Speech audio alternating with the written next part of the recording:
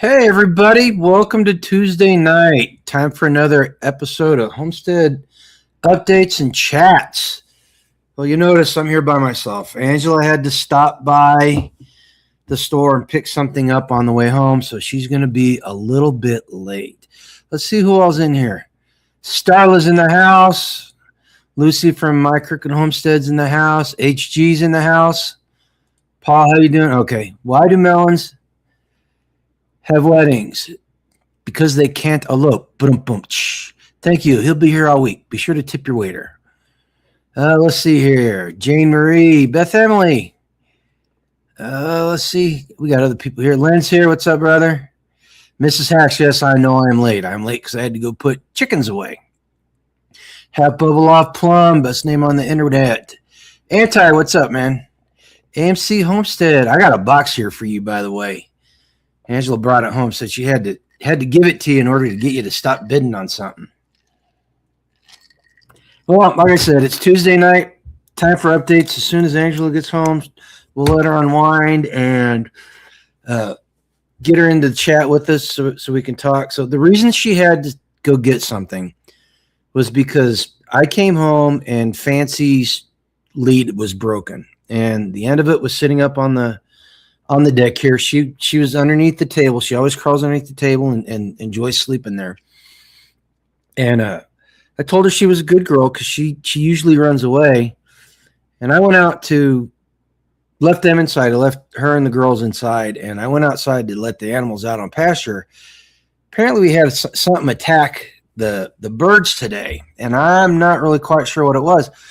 Angela and I were talking about it. I don't think it was Fancy, even though she was off the chain, because she wasn't bloody, and she really doesn't have a history of chasing birds and attacking them. And there's at least one chicken missing. There was a dead guinea, and then there's three other chickens that were attacked, but they're alive and kicking. They're missing feathers, a little bit bloody, a little shaken up, but I think they're going to be okay. So I don't know what it was. Angela and I were talking, and it may have been a fox, and we're wondering if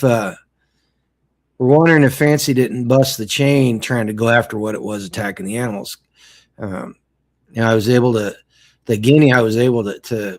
salvage meat off it because it didn't happen very long before I came home.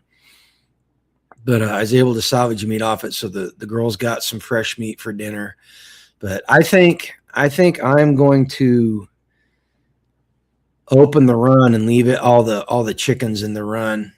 Oh, Angela just drove home. But I think I'm going to leave all the chickens in the run tomorrow because of a fox. They're going to be back, and I'm not really quite sure what to do. I may hook Fancy up to the fence down there by the coop and see what happens then.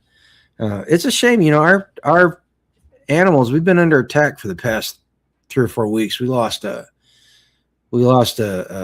turkey hen, and then we lost a chicken, one of the black chickens, which is a shame because she was a good layer. And then we lost another brown chicken, and so we're under attack. I think we're down to 8 or 9 egg layers right now. Let's see here. Thanks for having the flag in the correct direction on your shirt. Oh, I'm not sure what shirt you're talking about. Oh, the Liberty shirt. Yeah. Yeah, I just had it make a proper image. But yeah, so I don't know if you guys have been dealing with animal attacks this spring. Say something in the chat because I'm kind of frustrated at this point. You should put some trail cameras and record. You know what? I was thinking about that tonight. I think it's about time I need to invest in some wireless cams and get a local recorder so that I can see what's happening. I know we lost. The girls get excited every now and then and try herding the chickens, and that doesn't end well. We're trying to teach them not to do that. But like I said, Fancy doesn't have a history of chasing the chickens. Hello. Hello. Did you get the lead? Yes. You were just talking about I heard. fancy. Yeah. Yeah, Lucy says she's been dealing with fishers and coyotes. I don't think this is coyotes. I haven't heard Sounds like a fox to me. Yeah, it sounds like a fox. Mississippi Homestead says they got some bees last week, Angela. Got a bunch what the bee's knees, is that what the young kids used to say? I don't know. I'm sorry, I'm a little goofy and I'm tired, and then just coming home and dealing with that stuff it's been extremely stressful. But you know what? This is just part and parcel with having a homestead. What'd you forget? Forgot to order the chickens. I gotta get those ordered tomorrow. Tomorrow's the last day. Oh yeah, you do. Find out where. She just said she has to order chickens. You find out where I'm exactly where I'm supposed to pick them up. But you deal with these. We've had dog attacks. We've had coyote attacks. We've had hawk attacks. I don't remember it being this. I don't remember it being this bad over on the Missouri side. We had foxes one year, but I dealt with them, and then the possums and coyotes we took care of. Lucy says, I'm going to get one of those alarms that has shooting and barking dogs. It's a solar motion sensor. Yeah, our turkeys would be setting that off all the time. Yeah, that'd be going constantly because of the dang turkeys. Speaking of turkeys, so I got one broody turkey. She's sitting on 3 eggs. She didn't get broody till everybody was done laying. So she's only got 3 eggs sitting on right now. Hopefully she can hatch some. Got a couple of broody chickens, but the male turkeys, man, they've been going at each other hammer and tongue the past week. The one alpha turkey looks pretty good, and Turk the slate turkey looks pretty good, but everybody else is all covered with scabs and dirty and muddy, and just look terrible. Their feathers are all torn up because they've been fighting each other.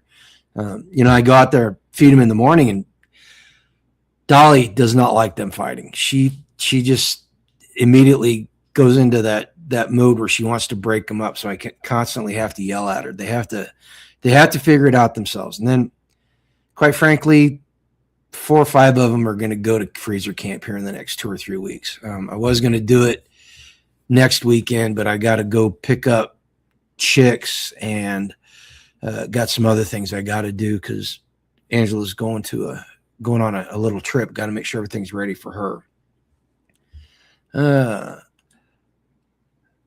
Paul says, I use an electric fence around all my gardens, orchard, 3 joules, 6,000 volts, groundhog. Had breached the fence before turning electric fence on. No more breaching. Yeah, I have to replace all the fencing. The goats and sheep tore probably 600 feet of electric fence up, and I just don't have the money to replace it. So I got to figure out what to do. Right now, it's not a big deal because there's not much in the garden, but there's going to be a time here in the next 2 or 3 weeks where I'm going to start having a lot of stuff out there, and I just don't want animals getting into it. And that's the one of the things I wanted to do this year is get more fencing in, because I've got plans to put a fence in around the chicken yard, just to keep the critters out. If the chickens want to jump over the fence, they can. If not, then they stand there and they're safe.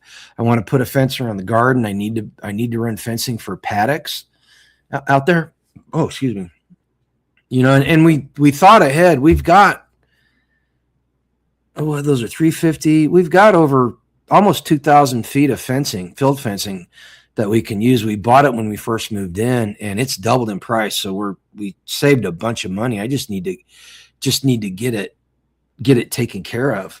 But if it's not my health, it's the lack of money. If it's not the lack of money, it's my health. But I'll get it in. I'll get it in at some point this year. I'll get at least some of it in. Let's see here. What else went on this week? So the big news in the community, we had a community get together on Saturday. It was cold, chilly. It was chilly. It wasn't cold, but it had rained. but they threw a bunch of hay down, and everybody seemed to have a good time. I left early. I was feeling extremely tired, and they were taking their sweet time eating. And it was getting my eating window was closing faster than they were getting ready to feed people. So I came home and I ate dinner and I went to sleep. I slept for about 2 hours once I came home. And it felt good. But it was nice seeing people, and they had a good time. They had an auction. What was the auction for? For the 4th of July fireworks, we needed to raise $4,000. They had an auction to raise money for the 4th of July fireworks so that they could pay the guy. Angela did her part. She came home. She got 2 really nice metal. Is ACM on there? Yeah, I told her. Talk about that. Oh, I told her we got her thing for her bucket, basket, whatever the hell that is. But yeah, but I outbid her on the grow thing, the raised beds. no, I wasn't gonna let her have them. oh, Angela was playing hardball. Angela's playing hardball on the auction, so she may upset some people. Hey, could you get me some more water, please? Sure. Let me wait on you. Do what? I said, sure. Let me wait on you. Just say sure. I'll say thank you when you get back. I said please. But no, everybody seemed to have a good time. They did some weird relay where they were doing different things. They were doing everything but throwing lawn darts at each other, basically. What was it? Water or pantyhose bowling? Pantyhose bowling. Pantyhose around your head. They had this pantyhose bowling where you put they put apples or potatoes at the end of pantyhose, and then whoever was doing it had to stick it on their head and they had to swing their head around like they were in a thrash band trying to knock these plastic water bottles over. A little strange. You had to get on the lightning, whatever those things are called. They had some green machines and some big well type of things, and they had to ride it down the hill. And everybody, I did not see that part, but everybody sounded like they were going to have a good time with it. They did seed planting, some shooting. There's climb the tire wall and jump it. Yeah, they had to throw hatchets, or no, they were shooting targets with BBs. Targets. Right? I don't know if they were BBs or not, but they had to shoot targets. Airsoft or 22. I don't know. You don't have to. What? I don't have to go on there. Do you not want to come on? No, you weren't moving. And I am moving. Not fast enough. I wasn't moving fast enough for her. That's what it was. It wasn't that I wasn't moving. Hey, at least I was honest. I wasn't moving fast enough. So in that basket that I won, so ACM, the lovely bride of that portion, she makes these really, really cool. It's they're dish rags on the bottom, and then up at the top, come in here, and then it hangs over your neck and is out of the way, so that when you're doing dishes and cooking, then you have it right here. Yeah. And so she actually sells these, so we're gonna sell them for her. And she's gonna give me some pictures. I don't know what the materials like. If you guys have a preference on what you want, I don't know what she's got, but we're definitely gonna get that. These sell for $10, like nothing. And so of course, you don't have to pay shipping and that kind of thing. But she does this other great thing. Ooh, I don't have my phone. I'm sure most of you have seen it. She recycles feed bags, and she makes carrying bags. So like when you go to Costco, Like what I wanted you to do. Yeah, that I didn't have time to do, but she does. Yeah. And so, but she makes these bags, and you can take them to Sam's Club. You can take them to Costco. You can throw all your stuff in it, throw it in your car, keep everything organized. Those also sell for $10. Those weigh next to nothing. This weighs next to nothing. In fact, I weighed it out, and I was able to shrink wrap everything. I did it in the vacuum pack. I got it down with the envelope to 3.3 ounces. Who'd you sell it? Who'd you mail it to? I pretended to mail it to Florida to get a mailing price on it. So shipping's around $12. It's going to be that way for the size of the package. So order as much as you want and make it worth it. So that's what I say anyway. We'll make a commercial. Yeah, we need to do a commercial. So ACM, that means we need to get a bag. And then Garen can film me walking through Sam's Club filling it up. I'm not going to Sam's Club. You get somebody else to go to Sam's Club with you. That That place. Come home and show my loot. Sam's Club is a monument to excess. Anti. So I told him about the birds. I told him about the community thing. What else went on this week? I got turkeys in the brooder. I got no chickens in the brooder because I'm picking up chickens, and I got guineas in the brooder, and soon to have duck eggs in the brooder. So I'm like super excited. So here we go with another roll. ACM says she'll get one to you. All right. Yeah, get one. We'll do commercials on them and then run those and then get it. So I don't think it's a bad deal, especially when I found out that it's the size of the package, because I can shrink those together and it won't be a big deal. You hardly even know how many pieces are in there. They don't ship by the pieces. They ship by the size of the box, apparently. So make it worth it. Is that UPS or Pirate Ship? Pirate Ship. Pirate Ship. Pirate Ship. If you know what Pirate Ship is, it's a shipping program or a shipping site. You can save up to 80% off of shipping. And so, yeah, that's why the more you can get in the package, the more it's worth it. But I did get an alert from Pirate Ship that USPS, surprise, once again, by the end of the week, they are going up in shipping prices. Sure hope they're enjoying those Mercedes-Benz vans. Lynn said, Sam's Club is a great place to stock up on toilet paper. We were stocked up when COVID hit and never had a problem. You know, people used to make fun of us because we bought toilet paper in bulk before COVID because I had it everywhere. We lived out in the country, and you know, we kept like 3 cases on hand at all times just because it was easier to buy it on Amazon. It was cheaper too at that time to buy it on Amazon, just have it shipped to us. And instead of having to run up to Sam's Club or Costco, which was a 45-minute drive from our house, we just had it drop shipped to the house. And somehow we ended up 3 ahead, and we never got behind. Every time we got to the point where we were running out of a box, we used one, ordered one, ordered one. And so we same with paper towels, and same with Kleenex. Towels. In fact, we're still using Kleenex that we bought in 2019. Yeah.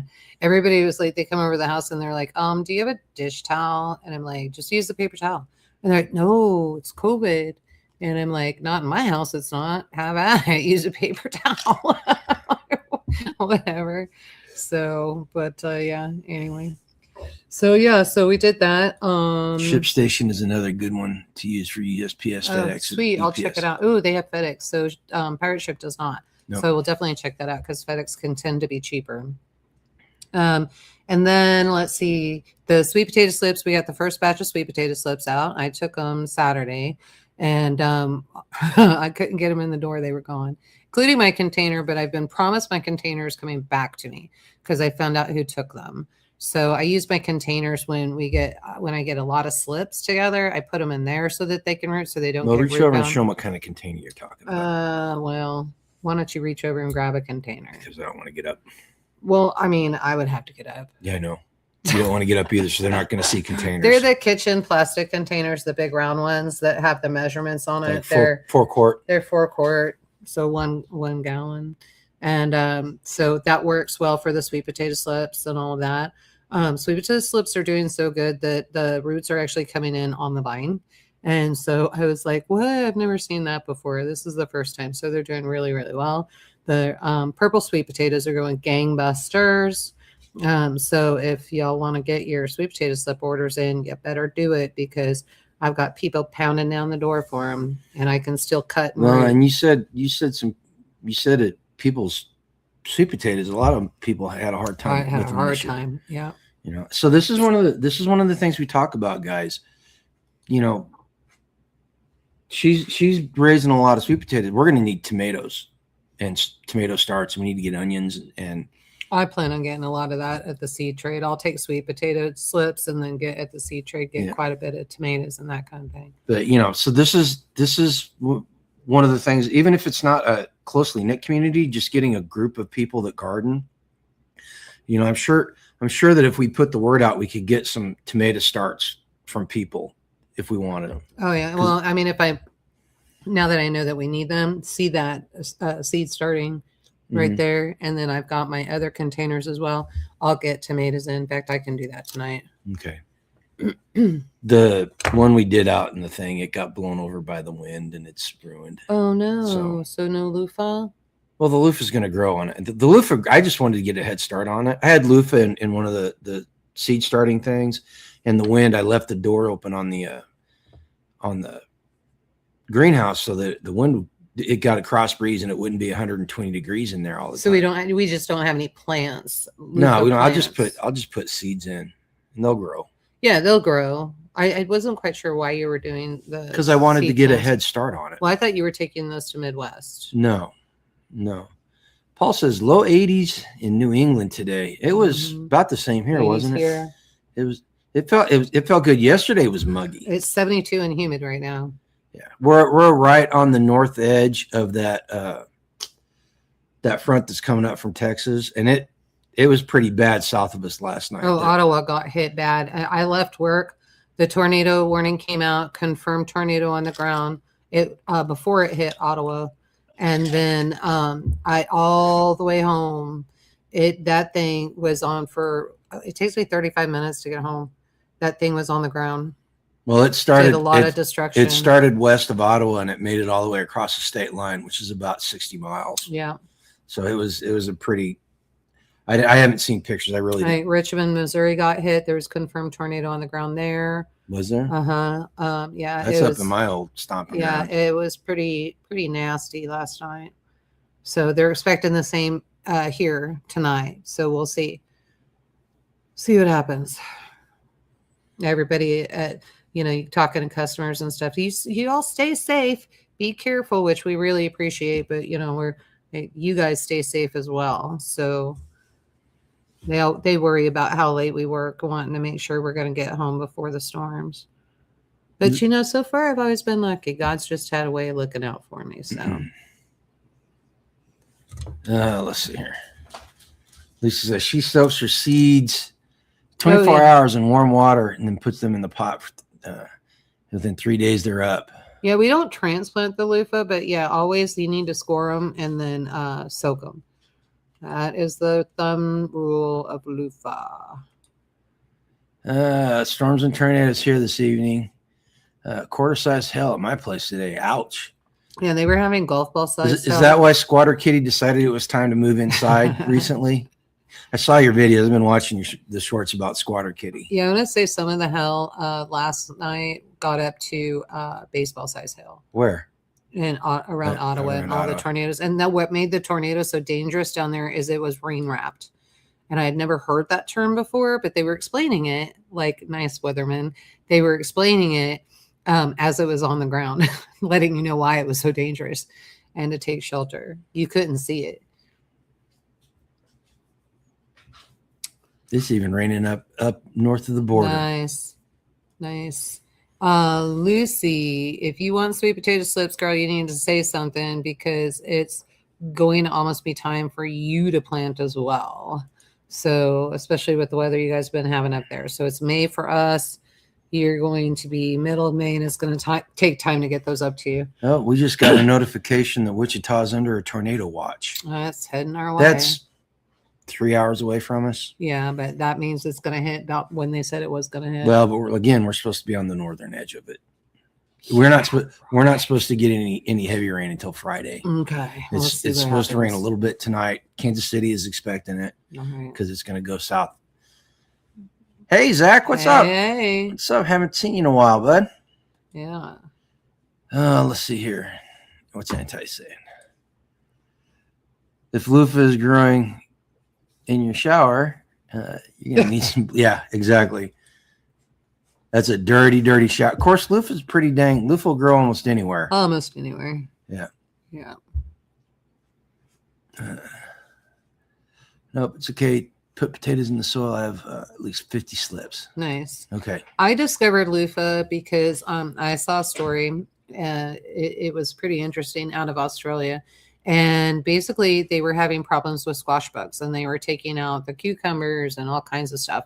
And so somebody came up with the bright idea to go ahead and plant loofah in lieu of those. Bugs do not like loofah. Neither do chickens. And neither do chickens. And we actually grew our loofah over the chicken coop and then did the same thing last year. And so they got the nutrition from the fertilizer and then grew great. And so what you do is just keep an eye on the size of the loofah because they don't turn in, they're edible until they turn into the sponge. And that's when they're great big giant and they're bitter. When they're about the size of a banana, roughly. Yeah, you do a little bit bigger than that. But they taste like a cross between a cucumber and a radish. I thought a cucumber and what did I say? It was a cucumber and a zucchini. But when they're young, they're good. When they're older, yeah, not so much. Yeah, you don't want to eat them. Let them go to sponge and seed. Hey, get your nose out of there. So yeah, and then I don't know. I'm still going through all of my loot that I won, and so that was pretty exciting. That was fun. And it was fun to be supporting something inside the community, even though we're not going to be there. We won't be able to see the fireworks. I had to tell my coworker that. I'm like, you're still welcome to go. Oh, you met right. people, but we won't be there. We've got a family reunion. Is it a family reunion? Yeah, that's what they're calling it. I think it is. Most of the family's not going. If it was a family reunion, my daughter would be there. Yeah. Well, I don't know. She was saying she might be there. Well, I told her we pay for it. Yeah. So. And I told her she could stay with us. Zach just ordered his farm grown seed potatoes. Getting them next week. Awesome. Nice. I got purple potatoes in. I'm doing the purple potatoes. I built 3 Amish potato towers, which are fencing with, you put straw down and you put dirt, potatoes, dirt, and then more straw, and you just fill it up as they grow. And I'm trying a tire tower too. I've never done one. Tire towering works. We have done tire towering before. I haven't. In Pleasant Hill, we did. I don't remember that. On the farm, yes, we did 1 year, and then I think we decided we didn't like it, never did it again. Oh, I don't remember it.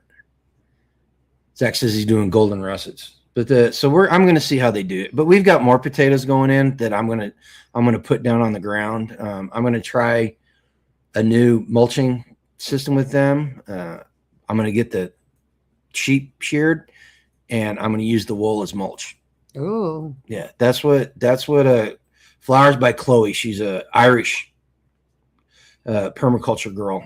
She raises flowers and organic veggies and stuff, and that's what she does with her sheep's wool. Are you calling the hacks guy to come and shear and trim? Yeah, okay. Yeah. Because you and I ain't doing that. No. We got 9 sheep that need to be sheared. Mm-hmm. The rest of them, the hair's falling off. Yeah, the naturally. hair falls off, and they don't need it. But I figured we'd do that for them this year. Okay. Yeah, we got a lot of the rambulate coming back in, which I'm so happy for. That meat is so much better. And I miss those lamb chops. Don't you? The rambulate lamb chops are just so much better. The really large rambulate we were going to put in the freezer, we sold to William Bond, which is fine. They wanted to discover what lamb tasted like. And we were like, if you're going to do it, this is going to be the one you want to do it with. Yep. And so, because we didn't want to give them that catata and that kind of thing. It's just not, to me, sometimes it's not worth the butcher. Does that make sense? Yeah. It's kind of like my chickens. I mean, you go to all that work to butcher that chicken, and then you get down to it and it's like a whole 2-3 pounds, and you're like, what'd I do that for? Stew. Okay. And then so you make a soup with it. I mean, when if I want chicken, I want chicken. Yeah, you better put an 8-pound bird in front of me. If I'm butchering, make it worth it. Zach Anti says you're growing pod people in your basement. Let's see here. What's it? Deep Run Seed out of Zeeland, Michigan have exceptional quality and prices worth visiting their website. Okay, you guys, if you're up north, Zeeland, De Bruin, I guess that's how you pronounce it.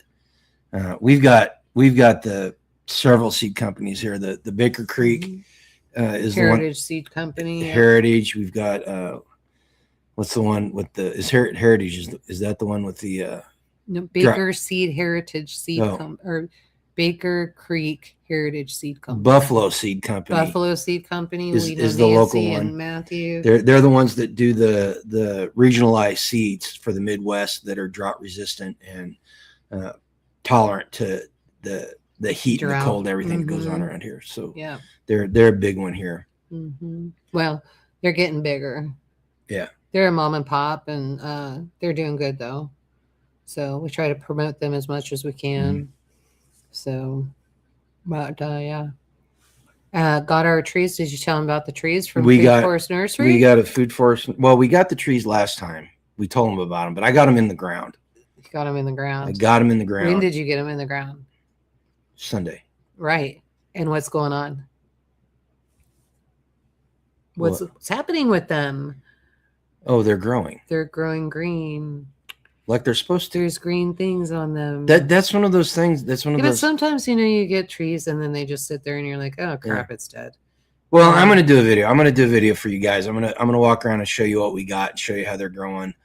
We got a couple of other trees that we put in from Derek that are doing really well. There's a Santa Rosa plum out there that's just taken off. That peach tree looks really good too. Yeah. Well, the peach did the peach tree come from? Yeah. From, okay.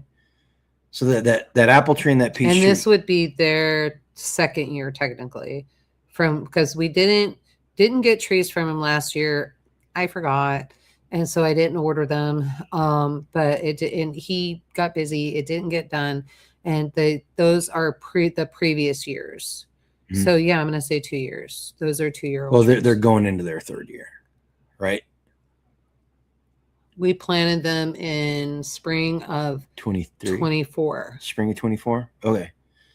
Well, and then this is their third year 24 because there was a year that the goats got a hold of them and that was that year. They pruned them down. That was that year.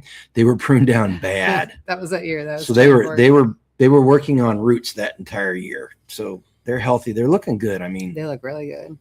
I got to get in there and bend some of the branches down on that pear tree so that it grows right. But yeah, everything, and even the stuff we got from the Forestry Service is coming in really well. I mean, well, of course, the last 2 weeks it's been raining. We've had 7-8 inches of rain here over the last 2 weeks.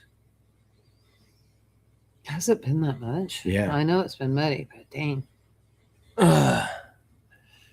Let's see. How are you keeping squirrels out of the fruit trees? Do the dogs keep them away? You know what? We really don't have a problem with squirrels in the fruit trees. Every now and then we get possums in the fruit trees, but usually it's not an issue. The dogs keep them away. The only ones they get into the plum trees, which are out here, but that's because they're right next to the right next to the woods, so they can get in and get out quick. The apple trees and pear trees and where the peach trees are and the new plum trees, they have to really risk it getting to those trees. So half bubble off plum. What do you use to train your fruit tree branches with? Hose and wire. So he'll actually go cut hose. We throw wire through it. Well, so that's to stabilize it. I use the wire and hose to stabilize it if it needs it. But to do the branches, I just use that orange twine that comes on the great big hay bales, and I save that, and then I bend them down and I tie everything up, and it works. The biggest I had one, the pear tree, I split when I was doing that one time because I was too aggressive on it, but everything else is working just fine. Yeah. Paul wants to remind everybody that the 6,000 volt electric fence will take care of a lot of this stuff. I know. Thank you, Paul. So I see you, Zach. Yeah, that would be fine. We could figure it out, but I'm going to be honest with you. I am so stinking busy. I'm getting ready to leave for California. Then when I get back, I've got Midwest Festival. Then when I'm done with that, I've got to get ready to go for my daughter to get out there. I'm going to go out for a weekend. And then for July, we've got another trip.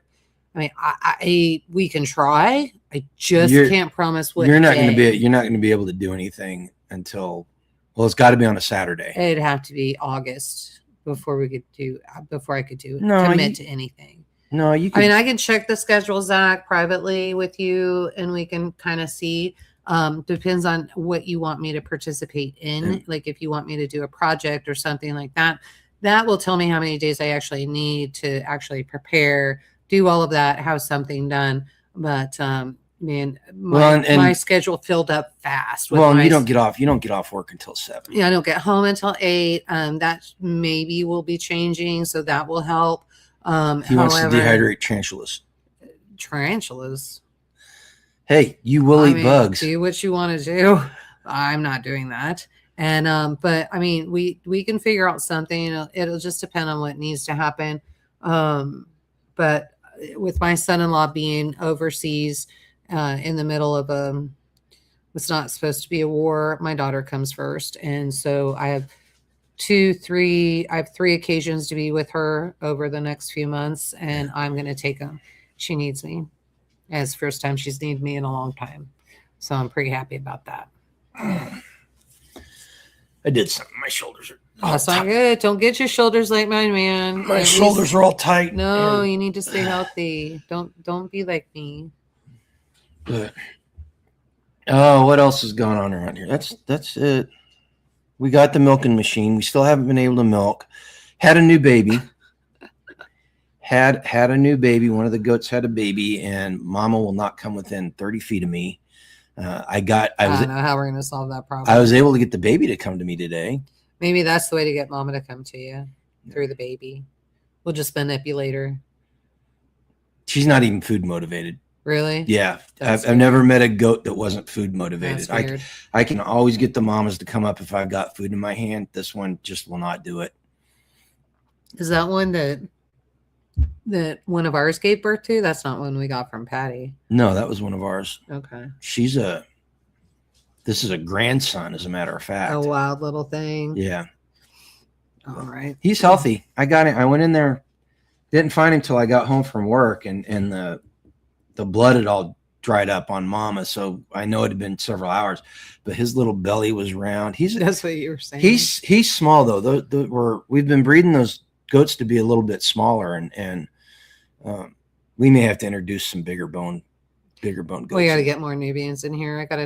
We only have one Nubian male out there right now. I got to get another one of those, and I got to get those. The kinders can stay, but those pygmies got to get out of here. Mm-hmm.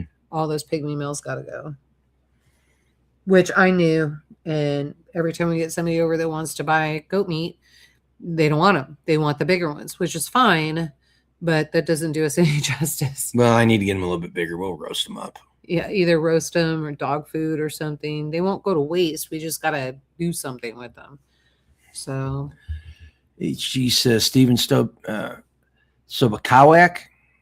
permaculture orchard on training tree limbs. Oh, there's the video for you guys if you want to learn how to do it. It's pretty simple. It's a pretty simple process. Billy Bond over at Permaculture's got a good video on it too. He's the one that I learned from. Mm-hmm. But we moved in here. None of our fruit trees at the other place were big enough to worry about it. But we moved in here, and we've got those 60-foot pear trees, and insane. We lose so much fruit because we can't get to it. I want these. I'm going to train these things so that they're growing down to where we can get to all the fruit, and I'm going to make sure that they don't get 60 feet tall. But now we know that Jesse has monkey toes, and so we can always get Jesse to come over. You should have seen him Saturday. So one of the kids got their kite caught up in a tree, and so it didn't have any real. It had limbs, but it wasn't like a real tree. It was just tall and scrawny and that kind of thing. They should not have been able to hold human weight. And Jesse was determined this was going to happen. So Caleb's with the baby underneath the tree standing there because Caleb somehow is going to help with the baby in his hands. And Jesse's like, I got this. And so Jesse starts climbing this tree like a telephone pole. Well, the wind is blowing because there's a storm coming in, and the tree starts doing this as Jesse's crawling up the tree, and it gets like this. And then all of a sudden it's like this. And he's like, okay, I got this. So he goes up there. He scrambles the kite, gets it down, does all of that. Everybody's taking pictures, video, all this stuff of Josie doing that. And like, well, I guess if you work for the circus, you have the training. Rex, you know, Rex no already, reason why you can't Rex get a already bit. said I could borrow the bucket truck and do it that way. Nice. Yes. Okay. Russ, I talked to him. His pond's fully stocked: catfish, crappie, bluegill, the whole 9 yards, bass, the whole 9 thing. And so we made a deal. We can go over there and go fishing anytime. And as soon as we get enough fish, we'll throw a fish fry for the whole community. And yes, I did have to explain to people what a fish fry was. I was super, super surprised. Really? About that. Yeah. So, yeah, but it was all the northern people. They didn't know what a fish fry was. Like, get a little southern in you. Fried, just what I need. Fried food, fried fish. Oh, one time's not going to kill you. And you had my fried fish. You know how I do it. It's healthy. It's not, you don't fry it.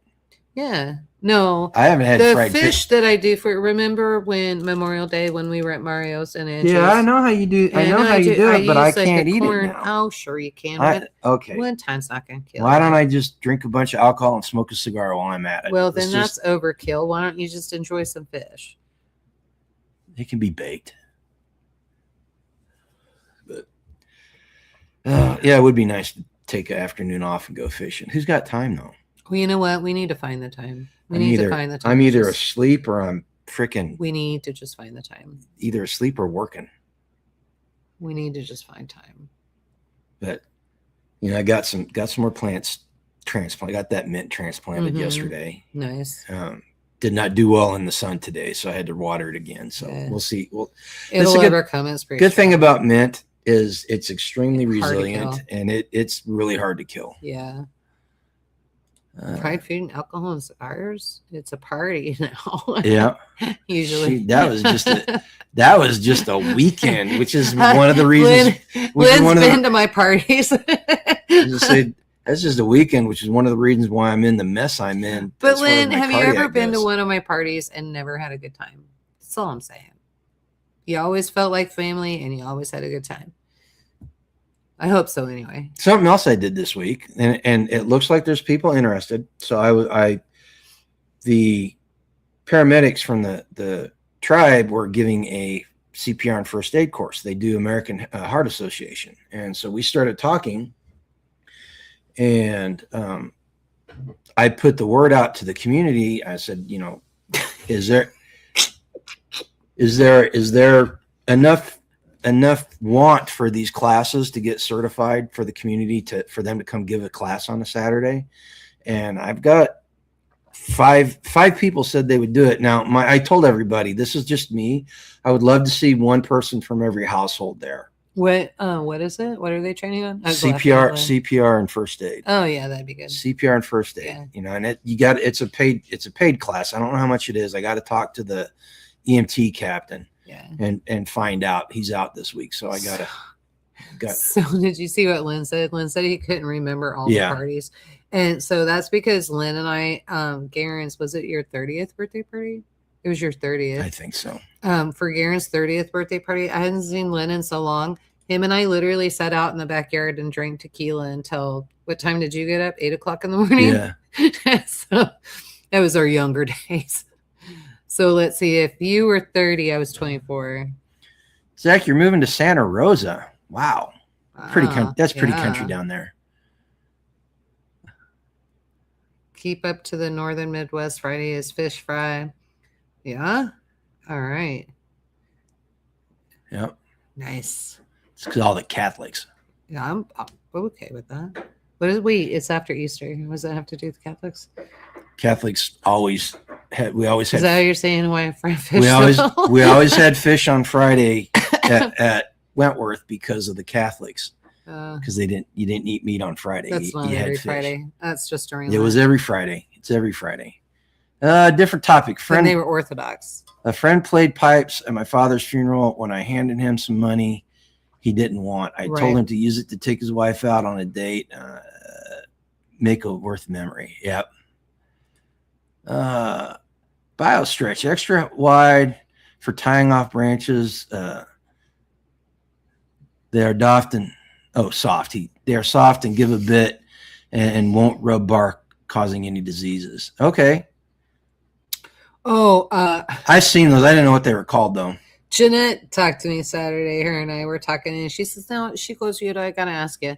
She says, "You were talking. I was trying to explain to Mike that what we needed, and does the tutus keep the deer off?" And I said, "Yes, the tool does keep it off." And she, "Tool? Oh, it's tool." And I said, "Yes." And she goes, "I've been calling it tutus. I told Mike we need to put tutus around the around the plant." Well, that's what they were described as. I mean, That's how they were described. It's the same stuff you make tutus out of. I was dying laughing. I was like, "Oh God, girl." Yes, no, yeah. You are literally putting tutus around your plants.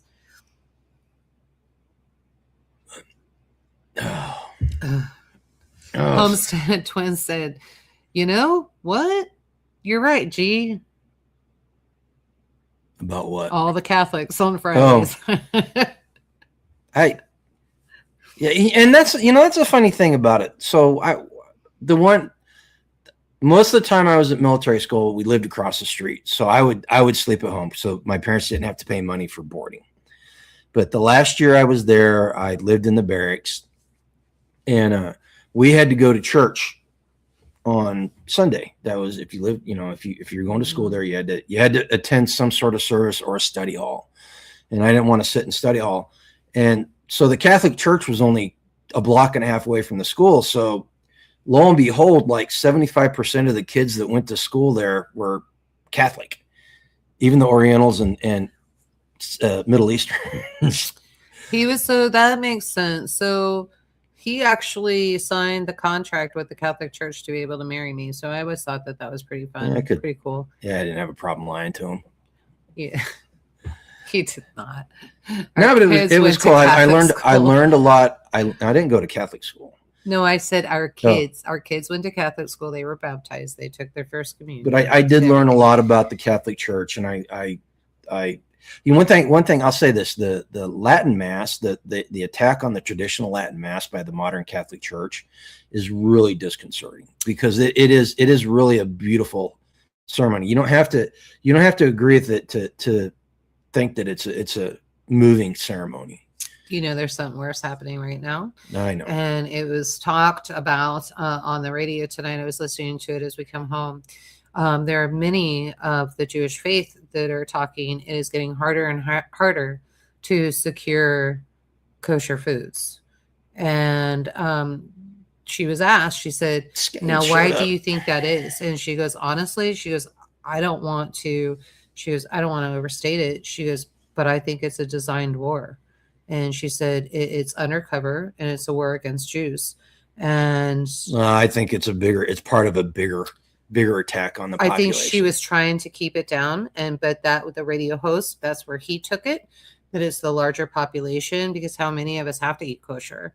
And so, there's a lot less preservatives and chemicals and garbage in kosher foods. We are very blessed and lucky here.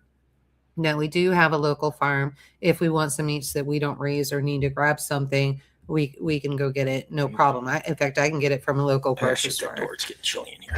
Oh, I'm hot. Are you serious? You can't feel it? It's cold. Dude, no. I mean, I have been sweating for days. No, I'm not. I am not. You don't say those kind of things. And the humidity has been nuts. I literally got out of the bath today. So this morning I get out of the bath and I dry off and I'm feeling good, and then give it 5 minutes and I'm sweating. I'm like, how am I supposed to get ready for work if I'm sweating? I feel like I need another shower. And but anyway, so yeah, it is difficult, but luckily we have Yoder Farms are local, and so we can actually get what we need from the Yoders. Are you putting a jacket? Oh, you got something going on. Did you eat protein today? How much protein did you get today? Enough. Not enough? No, I ate enough. You may not have gotten as much as you need. But it could be your blood flow too. Yeah. So I mean, it's like 72 degrees in humidity. This feels good. Okay. So yeah. So it just, that little tidbit, and I was like, wow, I had never really thought about it, and it is becoming harder. However, we have this really great new restaurant that has come in. It's a chain, but for somehow they're reasonably responsible pulling everything in. And I thought it was a joke. I really did think it was a joke. because there was a guy that was in front of me and he was ordering, and he literally asked if it was halal. Now, halal traditions are a little bit different, kind of the same meaning as kosher. Kosher is cleaner than halal, I think. And so, but it was very interesting. He asked, and they were like, yes. And I went, oh, yeah, right. You're just trying to sell your food. There's no way. You're a commercial chain. And I went in, it is kosher. All of the lamb and chicken, it's all kosher. And so I think the guy back there was American Muslim. So I think he knew the translation to that it would be okay. So very interesting to me that happened. As far as the different religion aspects of it, I'd have to do some studying. I haven't done a lot on the Muslim religion, don't really care. And so that's why I haven't. But Ooh, that was truthful. Yeah. We're outside the first minute of the video, so who cares? Right. So anyway, so there's that. But yeah, no, it was very interesting to me. And so now I know that's a restaurant I can go to. And after I ate there, especially, I'm not going to get poisoned. I'm so happy about that. I don't have Unlike Chipotle. Yeah, I don't have to. There's no migrants crapping in the field for their lettuce. Karen, stop.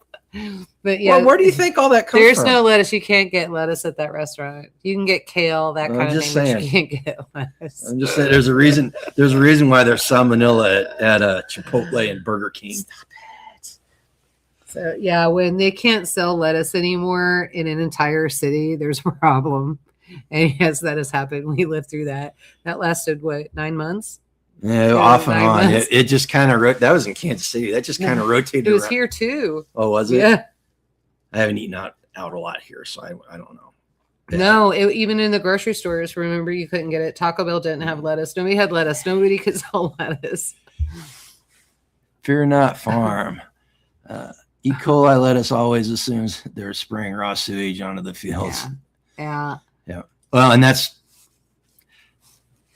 Yeah. Listen, in when we were in Southern California, that was a regular occurrence. We know what's going on. And Southern California, Arizona. They were blatant about what was causing it, and that was back in the 90s. Yeah, I'm sure it's just worse. They now. were because the immigrants mostly were pulling from it, and normal in their country, not normal in ours, and they would just drop trowel and go. So that's where drop trowel came from. Skane says that we're going to start calling her shed the oven. Mm-hmm. We got to get you some windows, girl. What did he say? He said you didn't. Basically, that's the polite way of saying you didn't need to explain it. No, okay, gotcha. That's a polite way of saying it. She just wanted to make sure that nobody misunderstood what she was saying. Oh, gotcha. Oh goodness, that was much classier. It's funny.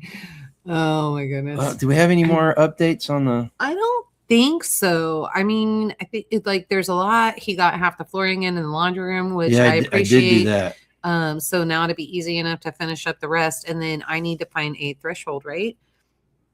I was looking. I think we're going to be better off making one. I'll get with Darren and see if we can't make one. Okay. Because we got routers and table saws, and we could make one probably. It is a little off. Custom fit. Yeah, I know a transition's not going to work. It's got to be a threshold. Yeah. And so anyway, so we've got that done. That was really cool. And then, well, we got half of it done. Really cool. At least it's a start. And I need to go get another piece of drywall, but it's supposed to rain tomorrow, which I'm going to be in Topeka tomorrow because I got to drop something off, and it's supposed to rain Friday. And so, I mean, it's drywall. That's not going to keep. Is that going to keep you from doing the floor? No. That is where you stopped, isn't it? No, I stopped because it was getting late. I wanted to talk to your daughter, and I got to figure out how to fix there's a trap door in the laundry room. Used to be the old storm shelter. For the house before they built the stick built part, and I got to figure out how to affix the flooring to that. I'm thinking either 2-part epoxy. I'm wondering if just liquid nails would be strong enough to do it. But I'm gonna do some more research on it and figure it out. It's actually the cuts around the trap door are actually looking pretty good. I mean, if you get down on your hands and knees and you get your eyeballs about 6 inches away, you're going to see some imperfections. But from standing up and looking at it, it actually looks pretty good. Okay. Yeah. All right. So yeah. So then at that point, I think that's all we got. Okay. Yeah, sweet potatoes. I mean, you did get up. You'd never grabbed a bin of sweet potatoes to No, show I was anybody. more worried about getting the door shut and get the jacket I on. know. I feel much better now. I've been cold all day, guys, but my office, for some reason at like 3:00 every afternoon, the thermostat doesn't change. It's been set the same place it's been set for the last 5 years, but at 3:00 every afternoon, my office just gets really cold. We're getting in trouble. Why? I don't know how we got in trouble, but we're getting in trouble. Lynn must have said something. And it said, yes, Leonard. And we need to get on their case to set up their hype button. Makes a difference in exposure. Somebody. Do you know how to do the hype button? No, I guess I need to. Well, but the thing is, I don't do these through YouTube. I think you set it up on YouTube and it comes over. This is streamed through. Well, I guess if they're watching on YouTube, they could use the hype button. This is the second time. Figure it out. I don't know. I don't know who said it the first time, but this is the second time somebody said something about a hype button. I think this is actually the third time. So I will look at it. I will look at it and figure out how to set it up. It's one of these things. Look, Homestead Twins said they didn't hear about it until Billy brought it up. So why don't you call Billy and ask him how to do it? He's talking about E. coli on lettuce. Oh, I thought he was talking about the You knew that Billy knew about E. coli. Oh, I know Billy knows about E. coli. Him and I have stopped some of the same woods. So, but yeah, no funny. Oh, Paul, that's the second time Paul said something about it. Yeah, but apparently Linus said something. No, well, he said hit the like button. He said hit the like button. Okay. I will get it just for you, Paul. I will go out of my way and get it set up for you. There you go. All right. Well, I know Paul is looking at his watch and it's 9 o'clock. It's getting late. So y'all go into politics and I'm going to step out. It was great seeing everybody and be at least 10% better tomorrow than you were today. Yeah. Why would I go to YouTube to find out how to do something on YouTube? That's just silly. Because it's YouTube University, man. Yeah. All right. Bye, guys. Let's see here. Homestead Twinsy. I finally got back into making homemade yogurt. Oh, awesome. I've been holding off. Neighbor Chris has been milking his cows, so I could get milk if I wanted to. You didn't tell me that. I thought GFS decided. I thought he said he was going to start milking. Okay. But I've been holding off because I want to do the goat's milk. Seriously, I want to. We could get a half gallon from him, and you could do a half gallon. I want to start doing that. There's several things that I want to start doing again. I've never made mead, and I want to make some mead. See how that goes. I'm not really a big mead fan, and with my heart condition, I can't drink the alcohol. But other people can enjoy it, right? So I can do it for other people, and I enjoy doing it. Okay, so we're done with the homestead update. Let's talk about some topics that are near and dear to my heart. First thing I want to talk about is the Second Amendment. So Colin Noir, if you don't know who he is, he's a Second Amendment advocate on YouTube. He's got a pretty big channel, and he does a fantastic job of breaking stuff down. But he had a video, it was either yesterday or today, about Rhode Island and what the legislature is trying to do. So in 2025, the legislature of Rhode Island passed an AR-15 ban, but they had a grandfather clause. If you owned one, you could have it. Well, she says that Coleon's also an attorney, but you could have it. So now in 2026, the Democrats are introducing legislation to strip the grandfather clause out of the original legislation. And the spokesperson for this bill literally got up in front of the assembly and said the ban was the first step, and getting rid of the grandfather clause was the second step to getting rid of these guns because they were just too dangerous.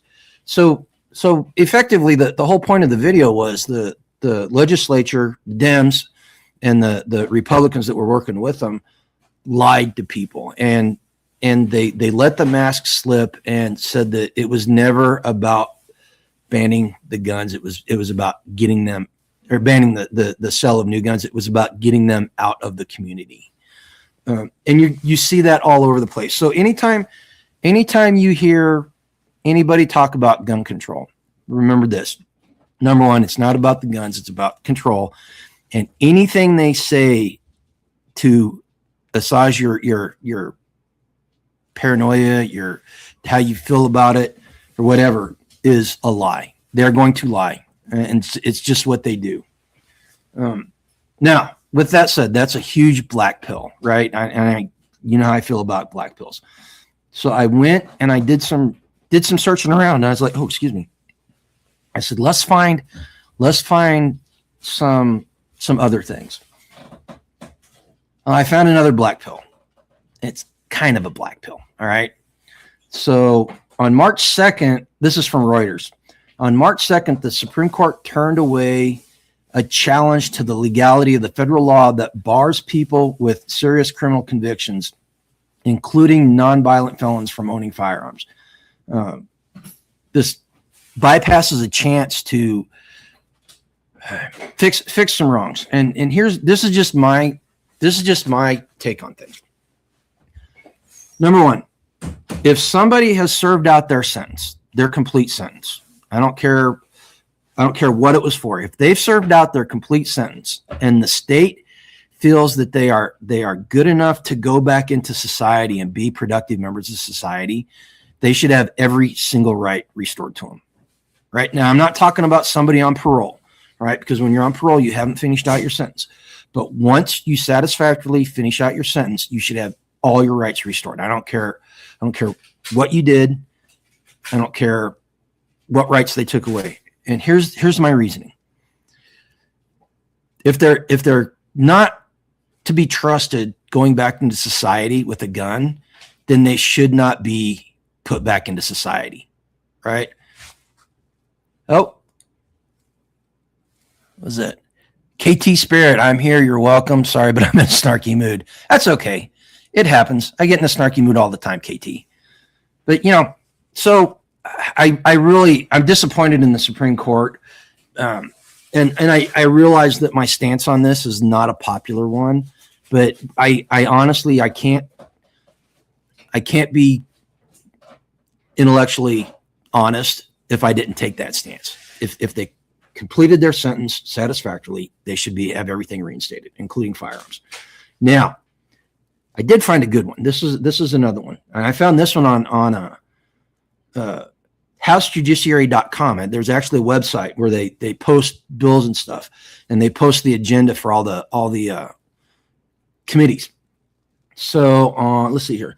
The subcommittee on crime and federal government surveillance will hold a hearing on the 15th. That's tomorrow at 10 a.m. Eastern time. The hearing titled Restricted Rights, Second Amendment Under Fire will examine recent burdens on law-abiding citizens rather than addressing criminal misuse. All right. This is my take on this. This is the federal government doing their job. Now, I don't know if you guys remember. Think back to the Obama administration and the Biden administration, where and even the first Trump administration, come to think of it, the federal government refused to argue for federal laws. They wouldn't change them, but they wouldn't argue for them. Now, whether it's a good law or a bad law, if it's a good law, they should be arguing in defense of it, like maybe the Marriage Act, right? Making sure that marriage stayed what it was traditionally for thousands and thousands of years. If it's bad law, then the government should be changing it. All right. And instead of dumping it off on the judiciary, the legislative branch should be taking the lead on this, and they should be changing it. They should be changing the laws, period. All right. So this is one of those cases where the federal government's doing its job. We may not like it sometimes, but it's kind of in their purview to defend federal laws. Okay, so we talked about the Second Amendment. If you got anything on the Second Amendment, post it now. I'll give you a couple minutes, or forever hold your peace. The next one. For some reason, I got on a parenting kick today, and it all started with God, I can't believe I was reading an article from MSN. I literally felt my brain cells dying as I was reading this article, but it's very telling. So the article is about Melissa Etheridge, and she was recalling when her 11-year-old son came out to her that he was straight. First off, and her response was it's okay, it's just a phase. All right, now let's set aside the fact that we don't hate celebrities enough. Okay, let's just set that aside, and let's set aside that we don't hate the media enough. First off, why was a kid coming out saying he was straight worth a headline? That tells you their agenda. The thing to remember here, this is the type of influence. If we turn to celebrities and we listen to what they say, and I don't think any of you are doing it, because if you're here watching this live, you're not the type of person that puts celebrities up on pedestals and really cares about what they think.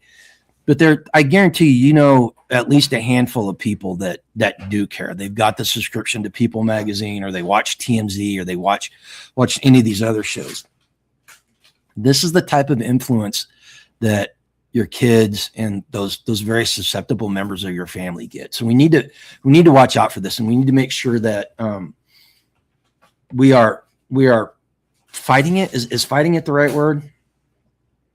Hang on one second.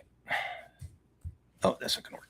Anyway, so again, that's a black pill. I'm sorry. I did find something else. This is let's see here. Let me put my glasses on.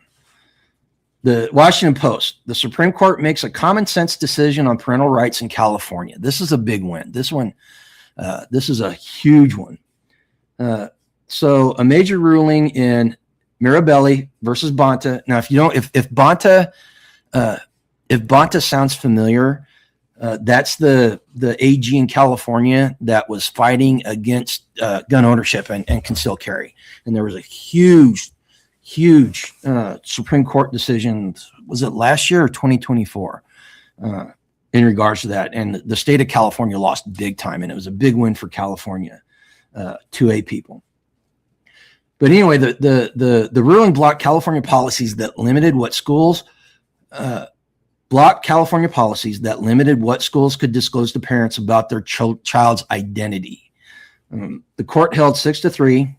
Imagine that such policies likely violated parents' constitutional rights under the First and 14th Amendments, particularly religious freedom and due process. Parents should retain authority over upbringing, even in the public schools. Schools cannot cut parents out, quote unquote, that came from the ruling, of major decisions affecting the children. And this leads to the last thing. This is something that kind of hits home for Angela and I. The New York Post had a story that kind of highlights this. Utah dance mom who killed daughter at cheer competition had record of domestic violence, but was still granted parental control. Okay, so what I'm talking about here is balancing the welfare of the child against parental rights. I am a huge advocate of parental rights, but I'm also honest enough to say that some parents do not need to be parents. They need to be kept as far away from their kids as possible. We had a kid that we were doing hospice care. Or was it not hospice care?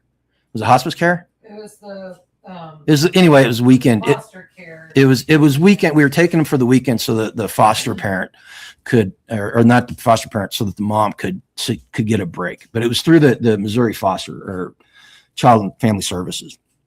Anyway, parent was so that he could get some normalcy. the parent was a hot well, Angela says hot mess. I'm trying to be nicer. I'm trying not to say what I truly think of the woman. But anyway, they were gonna take away her rights. They were gonna vacate her rights, and we told the social worker, we'll keep him until you can find someplace. No, we said we would adopt him. Well, okay, Angela says we would adopt him. But anyway, the point is that we were going to take him if it happened. So Angela went to court, and the judge ended up telling the mom that she needed to get a beeper so she could be a better parent. Now this is all happening because the water was turned off at the house, the electricity was turned off at the house, the toilets wouldn't flush. The mom's biker friends were sleeping on the floor doing hard drugs, and she needed a beeper and she needed to get the water turned on. Well, anyway, this young man, he's not young anymore. He's what, 30, 37, 38? He's almost 40. He is 34, 32. He's almost 40 now. He's almost 40 now. Well, anyway, he was 11 when this went down, and within 12 months, he was in the juvenile system because they stole a car, and he became a statistic. He became a statistic. And we know somebody who was adopted from a very bad situation. Mom and grandma were crackheads, and this child was given every opportunity, and she was intelligent. She was bright. Now, intelligent and smart. Into college for free. Intelligent and smart are two different things. So she was very intelligent. She wasn't very smart, it turns out. Straight A student. A straight A student. She got pregnant, which is fine. I mean, it happens, She did it on purpose to live Well, off. can I tell the story? Sure. You keep interrupting me. But she got pregnant, and we were like, okay, she needs to go to college. She was going to go to college for free. She had all kinds of scholarships. And we told her flat out, so look, give us custody of the baby until you get out of college and you get set on your feet, and we'll take care of her. And then as soon as you're ready, and you come see her anytime you want and do all this stuff. And she flat out looked at Angela. I wasn't there. Thank God I wasn't there, because I would have lost it. I would have blown a gasket. She literally told Angela that child was her meal ticket. That was how she was going to get her government paycheck. And now she's pregnant again. now you can imagine how poorly that whole thing went. It turned out as bad as you think that could turn out for somebody, especially the child, 10 times worse. Seriously, it was sad, and there was nothing we could do about it. In fact, it got to the point where I told Angelo that we have to wash our hands. We can't be involved in this anymore, because it was just tearing us apart, My whole family was tearing my whole family. But it is what it is. So like I said, I am a huge proponent of parental rights. The state doesn't need to be keeping anything from parents. But on the flip side, man, I'm not going to say they should have a license to have kids, but it probably wouldn't hurt. Let's just put it that way, or a background check, right? Okay. So there's the main things. Those are the political things. Now, here's what I want to do. So, one of the things I've been talking about on the channel recently has been the food supply system. How do we get self-reliant and everything? So I want to talk a little bit about that. I want to set the stage, because I've got a video that I'm going to do here in the next couple of days. I promise. I didn't get it done today because I got stuck doing some other things. But I want to talk about how small farms are getting squeezed out and what is actually happening. And if you've been with the channel for any amount of time, this is going to sound familiar. There's going to be a lot of familiar stuff in here, but I'm going to lay the groundwork for people who may be new.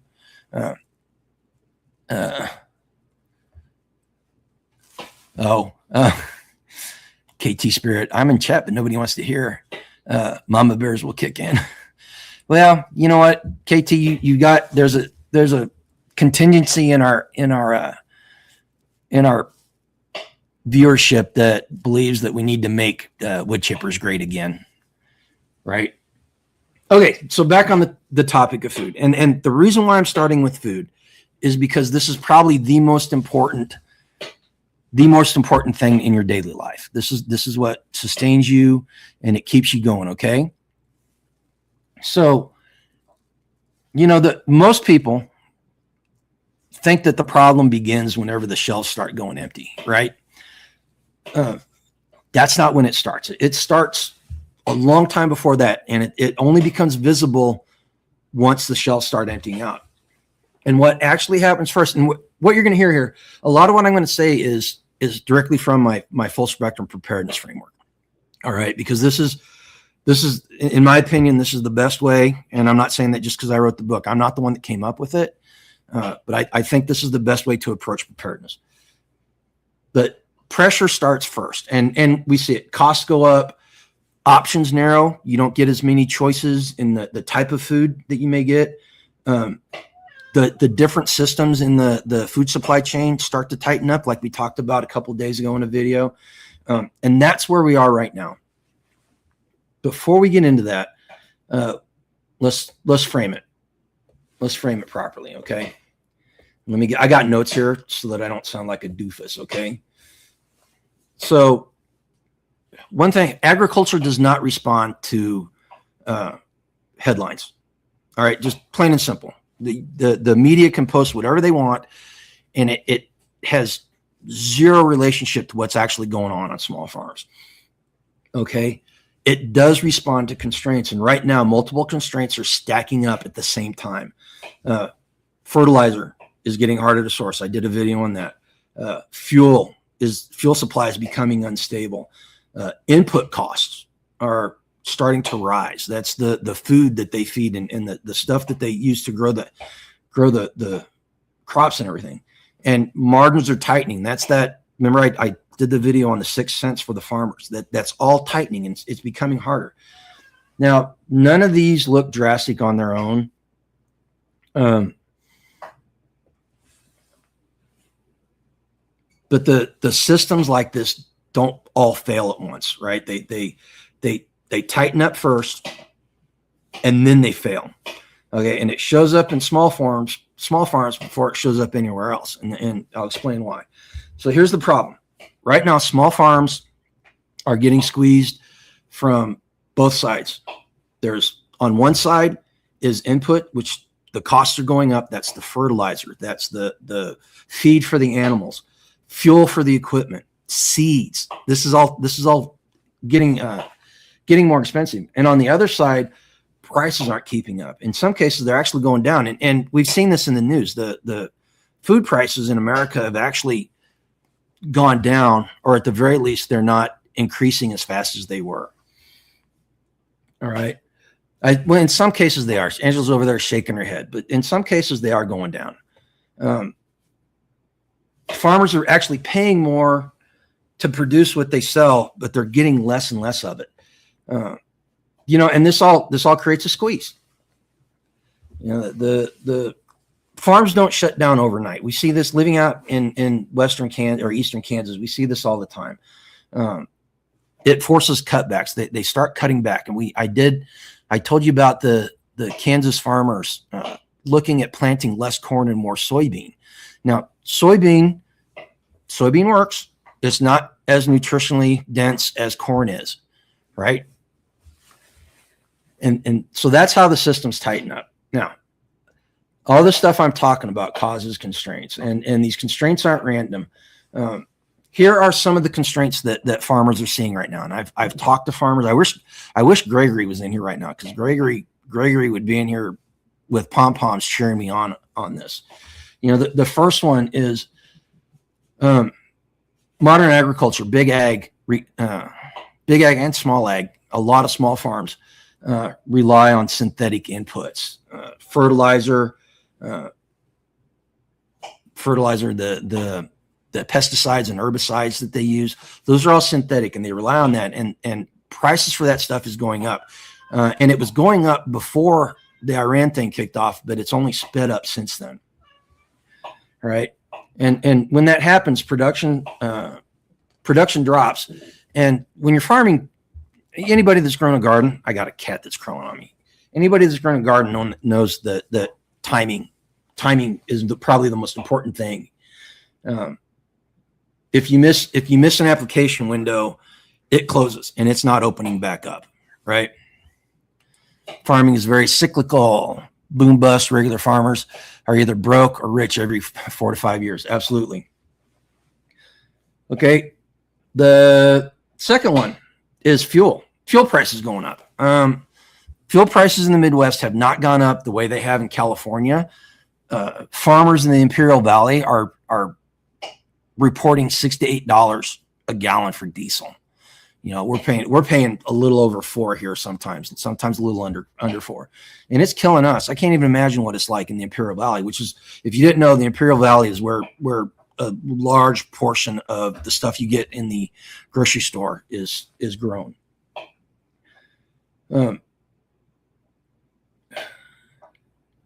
Oh, where am I? You know, and it's not just the tractors either. It's the combines. It's not the combines. It's the power for the mills. It's the water systems. It's everything. You know, it's everything. The next one is the market compressing. At the same time the costs are going up, the markets aren't compensating. So farms are operating on narrower and narrower margins. The small operations are the first ones to feel it, just plain and simple. Anytime these constraints start happening, I did a short that's gonna, it's coming, no, not a short, it's a video. It's coming out tomorrow, as a matter of fact.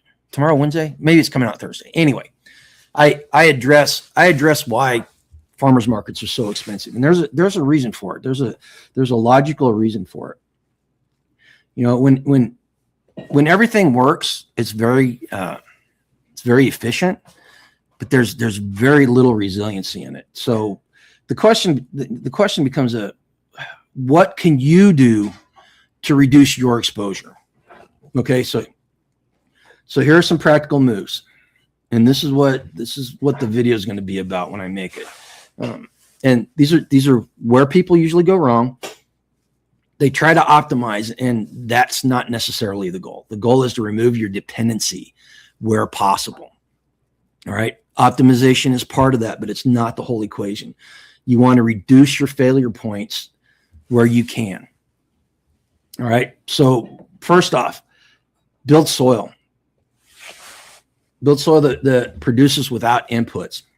If your fertility depends on purchased inputs, you're exposed. So you start building fertility on site with compost, cover crops, keeping soil covered. You're replacing an external dependency with an internal system, and we're gonna talk about that in the coming weeks. Number two, you reduce your fuel consumption, and this is a hard one, man. I'm telling you, this can be a hard one. You know, you don't eliminate fuel. There's a lot of people that tell you, oh, you shouldn't be using any fossil fuels. That's bunk. If you want to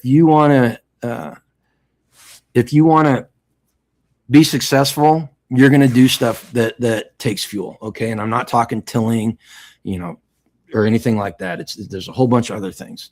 You know, I'm making compost when my skid loader's up and running. I'm making compost 10 yards at a time. Right. But you do reduce how much you rely on it. You do fewer resets. So you plan out your projects so you don't have to go back and redo them. You do less digging, i.e. no-till, and reworking. And you make more permanent beds. That's what we're doing with the garden out there, the 4,200 square foot garden out on the side of the house. We're trying to make a permanent planting space so that we don't have to till it, and we can just amend it, and it just keeps going, right? And again, you set things up once, so you're maintaining, not starting over. And every reduction increases your stability. All right. The next one. This is a big one. We are firm believers in this. You control your seeds. All right. If you have to buy seed every year, that's a vulnerability. And that's one of the things. I'm not going to lie. I'm going to be buying seeds. We'll buy seeds. We'll probably buy some starts too. We meant to get out of it, but with the way things happened this last year, it's not going to happen this spring. It might be able to get away with it this fall. We'll see.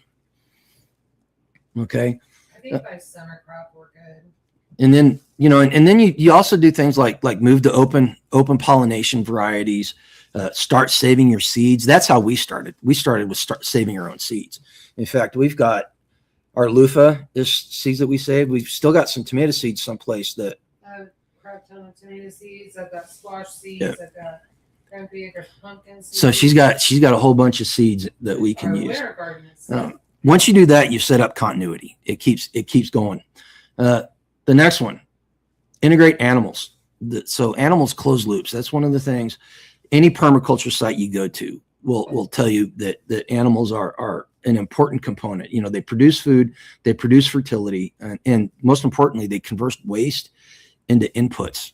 You know, we had rabbits, we've done chickens, we did the goats. They all create great compost as long as you do the system, right? And eventually, speaking of systems, it starts feeding itself.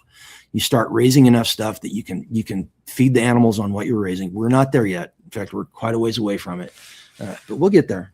We'll get there.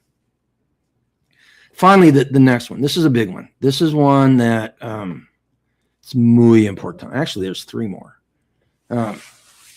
Water. Secure your water. You know, I did the video about the rain catchment, and I talked about the well before, and things like that. You want to increase your water sustainability so that you're not caught flat-footed. I mean, our animals in the heat of the summer, our animals go through about 100 gallons a day, right? And when the pond dries up, you know, the pond's always a backup as long as it's got water in it. But if there's no water in it, we got to pump it out of the well or get it from rain catchment or get it from the faucet. And the next one is shorten your supply chain. We've talked about that many times. The farther you away from the end user, the more exposure you have. The further away your food is, the more exposure you have. So you move those closer. You start buying locally, direct sales, local networks, and you trade scale for control. All right. And what that means is you can go to the grocery store and buy an entire flat of carrots or lettuce or something. But if the store runs dry on them, if the store runs out of them, you're SOL. So you're gonna create relationships that allow you to get the stuff that you can't produce locally, right? And finally, grow for stability. High yield often means high dependency. Again, remember I told you big ag relies on all those inputs so they can produce economy of scale. So you balance that with crops that tolerate stress. Potatoes, beans, squash, you protect the baseline production. That's one of the big conversations we've had here in the community this fall or last fall and through the winter was, you know, what 5 crops do you put in the ground that give you that stability and can tolerate the stresses? And tomatoes, potatoes, onions, carrots, cucumbers, the squash family, all the squash family. The sweet potatoes where everybody struggled, and that's why I'm helping everybody. Yep. Why we were helping everybody with them. The sweet potatoes, like Angela talked about earlier, how she's going to be able to help people, which is a good thing. And finally, what all this leads to, what all these different moves lead to, it leads to increasing your margin, and the margin is the amount of flexibility you have between the current state of things and where you cannot compensate for them. All right. That's the easiest way to do it. You know, so you've got extra seeds, you've got extra input. We talked about the toilet paper, you know, that having that toilet paper on hand made a huge difference. You know, we got backup tools. If you're a prepper, 1 is none, 2 is 1, right? So that there's truth to that.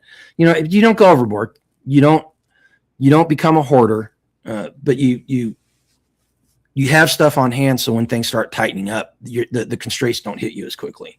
And I want to be 100% certain you guys understand this. I am not talking about collapse. Okay. There's a lot of YouTube channels out there that rely on, prepper porn, fear porn to get you to prep. This is not what I'm talking about. You know, we don't, none of this stuff is directly indicating that we think there's a collapse. Now, personally, surviving. Yeah. This is actually, I would say this is surviving the recession that we're in now, and Well, and that's the recession that we're coming. Angela made the point that for her it's surviving the recession that we're heading into, and making sure that we get through it as best as we can. Be able to help the kids, and our friends. This is the type of thing, and this is the whole idea. The whole idea behind the Full Spectrum Preparedness book series is exactly that. I'm not talking about collapse does happen. I'm not going to lie to you. In reality, this is what Grandma did on Tuesday. Yeah, Angela just quoted my own quote back to me. So prepping for my grandmother was a day that ended in Y. Right. That's just the way they lived. And that's probably the way that your grandparents lived. My grandparents grew up in they came of age in the Depression. My grandmother and grandfather, before they had kids, lived in the Oklahoma Dust Bowl. And my grandma tells stories of not having a tree nearby to grab a switch.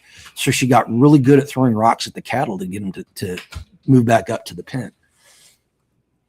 Right. And again, this is all the stuff I'm talking about is so that you can stay operational while everything's tightening up around you. And one of the things about prepping is it turns emergencies into inconveniences, right? If you've prepped financially, materially, spiritually, mentally, these things that cause most people to go into panics just becomes an irritation for you. And they don't send you into a tailspin, right? All right, guys, we've been at this for an hour and a half, and I need to get off. I got some stuff I got to do. Listen, I hope you found this informational.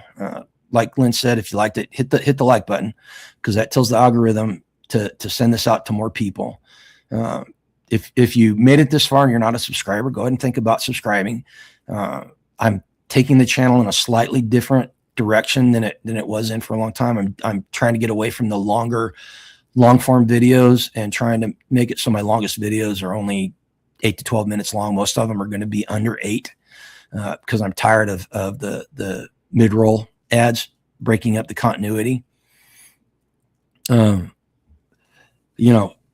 just come join me on this. I've said it before. I'll say it again. The viewers that we have, the people that regularly interact with us, they do two things. Number one, they invigorate us and they keep us motivated. And number two, they give us good information. Man, there's just such a deep pool of knowledge here. All right. With that said, I hope everybody has a good week. Be on the lookout for the upcoming videos. I got some video responses. I got one video response. I'm working on another one. It's a lot harder than I thought it was going to be, but I'll get it. I'll get that one done. Most importantly, guys, go out tomorrow and live a life done free. All right. Take care.